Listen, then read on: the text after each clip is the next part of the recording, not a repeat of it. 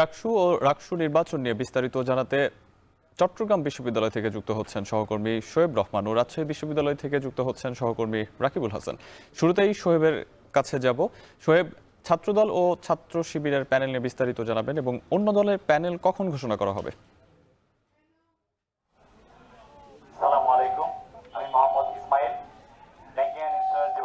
দুপুরে আজ বুদ্ধিজীবী চত্বরে সংবাদ সম্মেলনের মধ্য দিয়ে ছাত্র দল তাদের পূর্ণাঙ্গ প্যানেল ঘোষণা করে এবং এর আগে ক্যাম্পাসে বেশ আলোচনা হচ্ছিল যে ছাত্রদল হয়তো বা অন্যান্য বেশ কয়েকটি ছাত্র সংগঠনকে নিয়ে সম্মিলিত একটি জোট গঠন করতে পারে এবং এমন একটি আলোচনা ছিল ক্যাম্পাসে, কিন্তু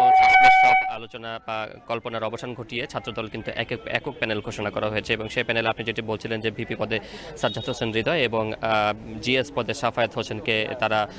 ভিপি পদে নির্বাচন করার জন্য মনোনীত করেছেন এবং সেই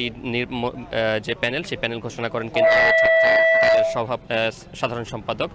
নাসিরউদ্দিন নাসির এবং তিনি যেটি জানিয়েছেন যে আসলে চট্টগ্রাম বিশ্ববিদ্যালয়ের নির্বাচনের যে পরিবেশ সেই পরিবেশ নিয়ে কিছুটা শঙ্কা প্রকাশ করেছেন। তিনি বলেছেন যে প্রশাসন এখানে একটি ছাত্র সংগঠনের এজেন্ডা বাস্তবায়ন করছেন এবং সেক্ষেত্রে নির্বাচন কতটা সুষ্ঠু হবে সেই বিষয়টি নিয়েও কিন্তু তিনি আসলে শঙ্কা প্রকাশ করেছেন এবং এরপরেই কিন্তু ছাত্র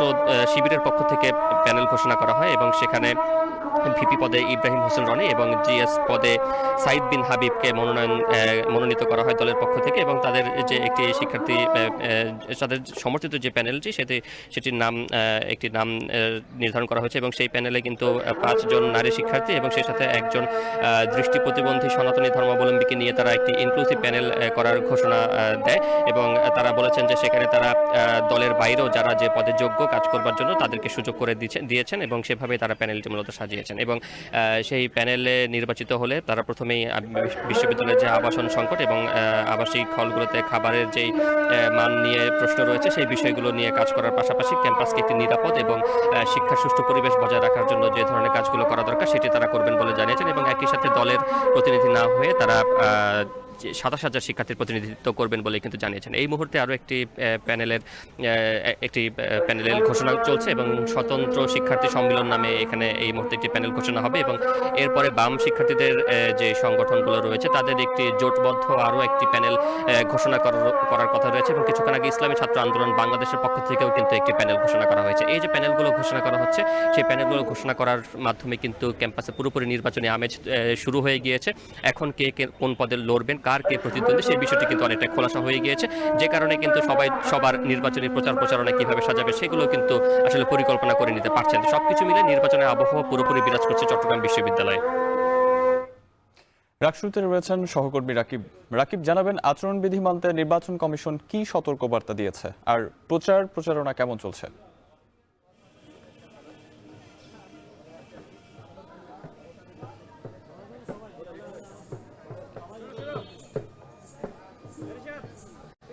সাহাব, রাজশাহী বিশ্ববিদ্যালয় কেন্দ্রীয় ছাত্র সংসদ রাকসু নির্বাচনে কিন্তু প্রচারণা একদম জমে উঠেছে। আমরা দেখছি আজকে প্রচারণায় ভিন্ন মাত্রা যোগ করেছে প্রার্থীদের নানানভাবে আসলে প্রচারণায় অংশগ্রহণ করা। গতকালকে আসলে ছাত্রদল এবং ছাত্র শিবির তারা যে পাল্টাপাল্টি আসলে স্মারকলিপি দিয়েছে নির্বাচন কমিশনকে, তারপর থেকে আসলে নির্বাচন কমিশন যেটি বলেছিল যে প্রার্থীরা আসলে এই বিষয়টি নিয়ে যদি কোনো ধরনের আচরণবিধি ভঙ্গ করে তাহলে আসলে সেই বিষয়ে তারা কঠোর হবেন। তো সেই ক্ষেত্রে আসলে আমরা দেখছি নির্বাচন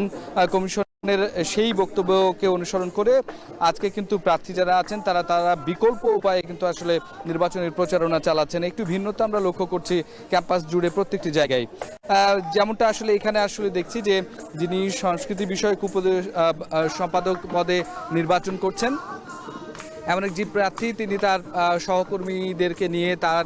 যে গানের দল তাদেরকে নিয়ে আসলে প্রচারণা চালাচ্ছেন এবং গানে গানে তার যে ইস্তেহার সেটি বলছেন, তার ব্যালট নম্বর বলছেন এবং একই সাথে এই প্রচারণার মধ্য দিয়ে লোক কিন্তু আশপাশে যারা শিক্ষার্থী আছেন তাদেরকে দৃষ্টি আকর্ষণ করতে চাচ্ছেন। এর মধ্য দিয়ে আসলে যেটি আসলে হচ্ছে বলছেন তারা যে আসলে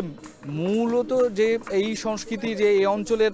বা এই যে শিক্ষার্থীদের মনে একটা প্রভাব রাখতে পারে সেই বিষয়গুলোই হচ্ছে তারা তুলে ধরছেন এবং একই সাথে এর আগে রাজশাহী বিশ্ববিদ্যালয়ে বিভিন্ন ধরনের সাংস্কৃতিক চর্চার ক্ষেত্রে নানা যে প্রতিবন্ধকতা ছিল, সেই প্রতিবন্ধকতাগুলোকে এড়িয়ে আসলে আগামী দিনে তারা যদি নির্বাচিত হয়ে আসতে পারেন, রাকসুতে আসলে আসতে পারেন, তাহলে তারা তাদের যে এই যে সাংস্কৃতিক মনোভাব সেটির আসলে চর্চা ছড়িয়ে দেবেন। এমনকি তারা এটিও বলছিলেন যে আসলে অনেক উদ্যোগ আসলে তারা গ্রহণ করার পরেও আসলে বাস্তবায়ন করতে পারেন না, কিন্তু সেটা যদি সম্ভব হয় তাহলে দেখা যাচ্ছে এখানে জাতীয় মানের সঙ্গীত শিল্পী থেকে শুরু করে সাংস্কৃতিক কর্মীরা আসলে উঠে আসবে। সুতরাং যদি পরবর্তীতে তারা নির্বাচিত হয়ে আসতে পারেন তাহলে তারা আসলে এই প্রক্রিয়ার মধ্য দিয়ে আসলে জাতীয়ভাবে